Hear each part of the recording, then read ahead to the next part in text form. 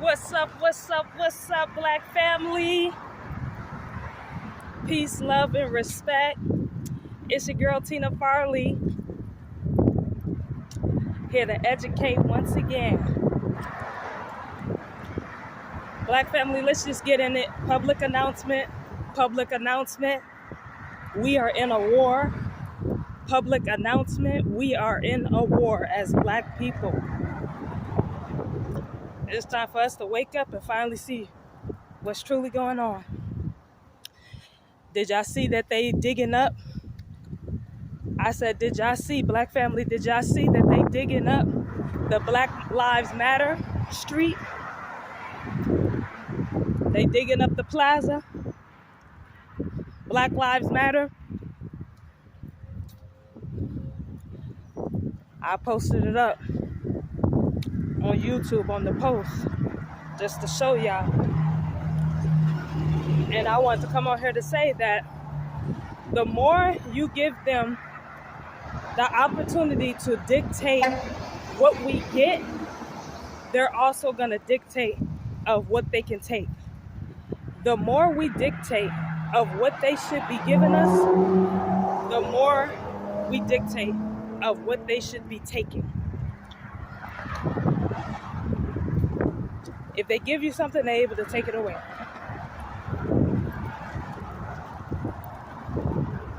Some Black people say, oh, that don't faze me.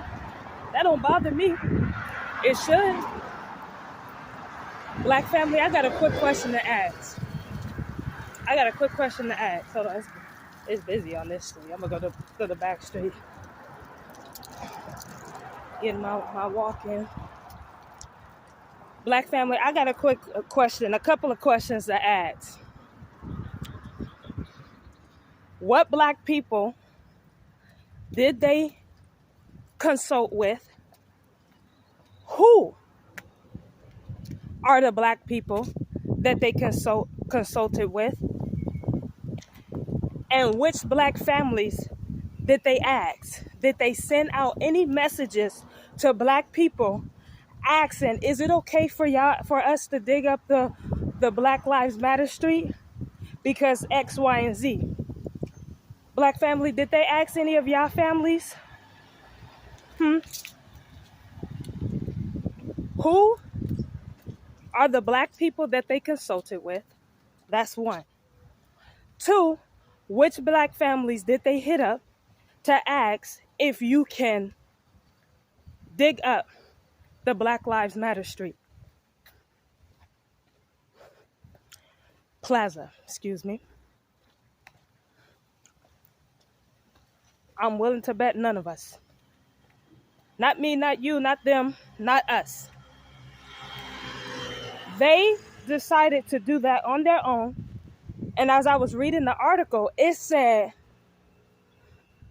that they were forced by the city, saying that if you don't dig this up now, you are not going to get any funding. Right there in Washington. Black family, that should let you know right then and there where we stand as a people. Black family, that should let you know where we stand as a people. We got to stop hooping and hollering around, talk about they need to give us this and they need to give us that. They're not going to give you over 400 years and they ain't gave you nothing. They ain't even gave you your 40 acres and a mule. They're not going to give you anything. You have to go and take it. And not once are they ever going to consult with you of what they're going to be doing. That's white supremacy. White supremacy don't need to consult with no Negroes on what they're going to do and how they're going to do it. So, for all the Black people that got Negropean behavior and that want to say, oh, it's illegal. How you doing? It's illegal for them to take our rights. They're taking your rights before your eyes. They're taking your rights before your eyes, darlings. It's been illegal for them to do everything that they've been doing to black people. But just because you got just a scratch full of freedom, just because you got a scratch full of freedom, you think you free. I always say, if all of us ain't free, none of us is free. They dug up the Black Lives Matter Plaza to let you niggas know.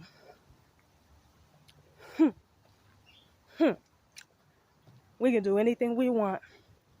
We could do this right here in front of y'all faces. And they just didn't paint over it. Let me show you how much they hate us, black family. They just didn't paint over it. Guess what they did? They dug it up. I'm talking about got construction workers, and you know majority of them was Hispanic. They got construction workers to dig it up just to let us know what y'all gonna do. Now, for all of the Negropean behavioral issues that goes on in our community, no, Massa love us. He wouldn't do us like that. Well, let me tell you what your master is up to. Your master just dug up Black Lives Matter Street. Your master is overturning hundreds and hundreds and thousands of years of protection bills for black people. What's next? I'll tell you what's next. Sundown times. White sink, black sink. White only signs. I'm telling you, because if you go and you look up, you could go on either TikTok or you could go on Instagram.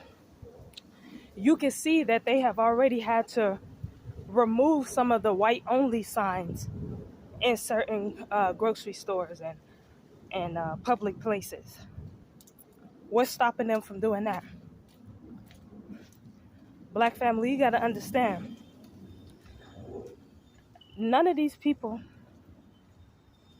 none of these white supremacists have ever consulted with you or your family. They never asked your grandma. They never asked your grandpa. They never asked you or your husband or you or your wife. They don't consult with your children. They don't consult with the elders in our community. They don't consult with no leaders of what they're going to do and how they're going to do it. They just do it, just like that.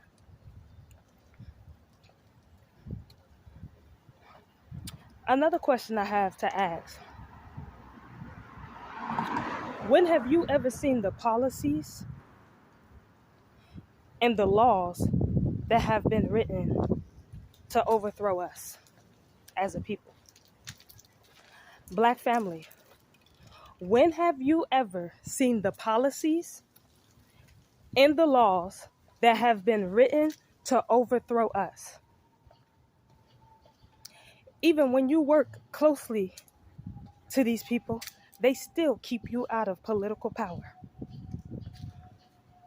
Black family, I said, even when you work closely to these white supremacists, they still keep you out of political power. Because rule number 2 of white supremacy, they don't share power with black folks. And they will never. They will never share power with us. They just give us half, that's it. They know we gonna take off. They know. And we're not even looking to do what they did to us. We're just making sure that we stay good. But black family, how many of your grandparents, great-grandparents, or even parents today, and even such as yourself, have even seen the policies and the laws that they've been passing to overthrow us. I'm willing to bet none of you. I'm willing to bet none of you. So if you've never seen the policies and laws, if your grandparents never seen it, if your parents never seen it, if your great grandparents never seen it, thank you, if your cousins never seen it and your aunts never seen it, what are you gonna do when y'all walk y'all black behinds outside or wherever y'all trying to go? You go to the store and they say whites only. You try to take your children to their public schools and they say whites only. You try to get on the bus, they tell you black people in the bus or they just pass by. You try to move in their neighborhood, they call the cops. You got to pack your U-Haul and you got to get your black behind up out of here. What are you going to do when they have a color curfew? Black family, I need y'all to listen to me. I'm talking black to y'all. I'm talking that African talk. What are you going to do? Because y'all seem to have it figured out when you say, well, we voted for Trump, so they're not gonna Trump. Trump is a white supremacist, pleasing other white supremacists to make sure that power stays in white supremacy. Trump is a white supremacist, pleasing other white supremacists to make sure that white supremacy stays in position of power.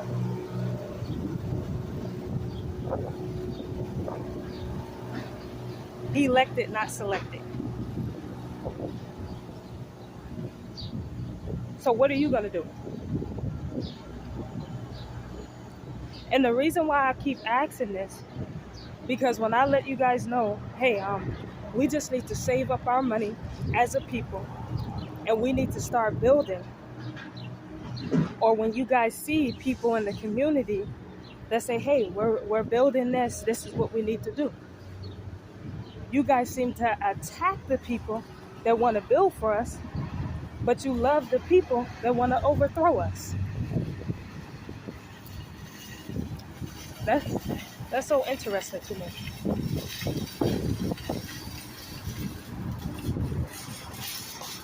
Okay, mother. Don't put it on up there.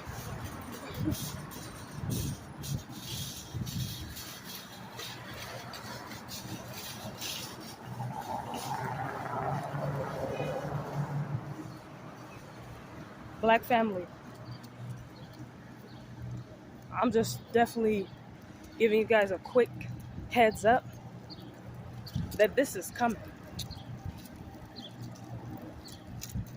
I believe I said it last year that when I was talking about the sundown times, I believe that I was talking about it, and it was something that just the Spirit of God put on my heart and my soul to let you guys know of what's happening. I'm trying to see what this lady is doing. I don't know what she up to.